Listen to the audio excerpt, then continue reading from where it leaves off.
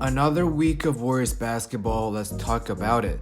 Starting with some news here, assistant coach Kenny Atkins has a leg injury during practice and will be out indefinitely.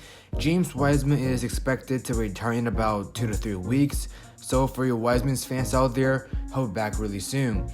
Jonathan Kuminga is now doing some 3-on-3 drills and might be available tonight for the game against the Thunders. And last little piece, Moses Moody has been assigned to the Santa Cruz Warriors, which is the Warriors G League team. Now, none of this news are the focus of today's video. Rather, last week I talked about discipline as a problem, and yes, this is happening again this week. In today's video, we'll be focusing on the latest game against the Grizzlies, where the Warriors took an embarrassing loss, although having a 19-point lead at one point. And with that being said, let's roll the intro. Hi. I'm on my match in the dark. I'm on my match in the dark. I'm on my match in the dark. I'm on my match in the dark. I'm on my match. That's not why we lost. Obviously, for most of the game, we had some pretty good momentum. Our rotation patterns were pretty consistent. Obviously, I want to be out there, but we understand the big picture. But in this game, we still had opportunities to close it out. And Yo, what's up guys, Jason's here back with another video. If it's your first time watching, I make Golden State Warriors content on a weekly basis, so don't forget to leave that subscribe button and turn on the notification bell, and you'll be the first one to see more awesome videos just like this. Now, if you look at the final score of these Warriors-Grizzlies games, you might say that, oh, the Warriors only lost by 3 points, it's no big deal. But if I tell you the Warriors had a 19-point lead at one point during the game, I bet you wouldn't say the same thing. Look at this entire game, 22 turnovers, 22. If we actually want a legit chance to win a title this year, 22 turnovers are really just not acceptable. Those turnovers in the first 3 quarters played a role in helping the Grizzlies minimizing the deficit, and those turnovers in the final 1 minute helped the Grizzlies won this game. To be honest, I wouldn't say the Grizzlies won this game, but rather I would say the Warriors lost this game. Anyways, let's talk about this final minute. Draymond Green, I'm talking about you. As a veteran, you've been playing a key role in this Warriors system for a long time, and yet you keep making crucial mistakes in these crucial moments. Starting with a blocking foul, you gave the ball back to the Grizzlies and they run the offense.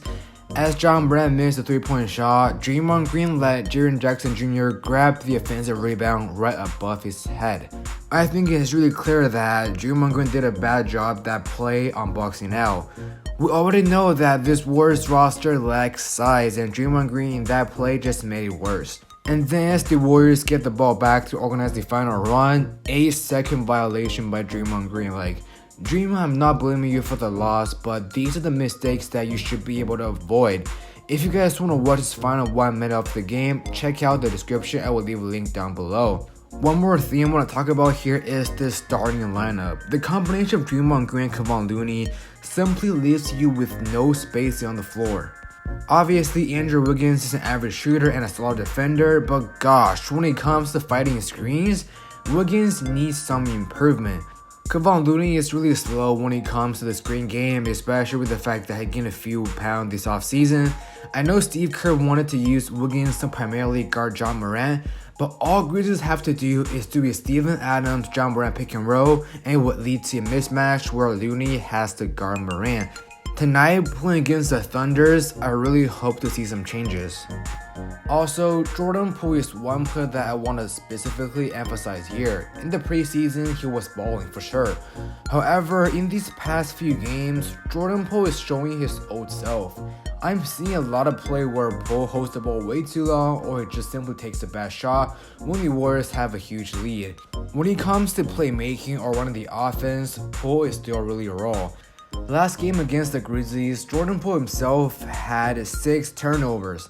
This type of performance really kills drives sometimes, and we need to minimize that. Steve Kerr pointed this out in the post-game conference, saying that the secondary unit is playing bad and Jordan Poole is more like a shooting guard than a point guard. This really makes me question what will the rotation be like when Klay Thompson returns, since rookie Moses Moody also plays shooting guard. Now, what questioned me the most is Steph Curry's fourth quarter performance. In the past 3 games, Curry did not score a single point in the fourth quarter. Is this about Steph Curry having worse stamina as he ages, or is it about the schemes where Steph has to work on defense and getting double team on offense without another reliable scorer or ball handler? To that question right now, I have no clue because we're only 5 games in, there's 77 more games to play. But I'm pretty sure as the season progresses, we'll see the answer to this question.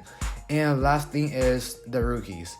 Now, we used the 2nd overall pick on James Wiseman, 7th overall pick on Jonathan Kuminga, and 14th overall pick on Moses Moody. That's 3 lottery picks. Now, what can 3 lottery picks get you in the league? Honestly, anyone. Now, last year James Wiseman was quite disappointing, and this year Jonathan Kuminga is about to debut, and we'll see about that. And we put Moses Moody in the G League Warriors team. So the question I have to ask you guys is, do you think the Warriors made a mistake drafting 3 players instead of getting an all-star player, if not a first team player? Because like I said, 3 lottery picks can pretty much get you anyone you want as long as you match the salary. So let me know in the comment section below, and I will also post the question in the community tab, so make sure you guys go answer that. Alright guys, so this wraps up the video. Comment down below, what do you think this Warriors need to fix the most in order to have a higher chance to win the NBA championship? And if you enjoyed the content, don't forget to leave that subscribe and follow me on social media with all the link in the description down below. Once again, thank you guys so much for watching this video, and I will see you guys in the next episode. Peace.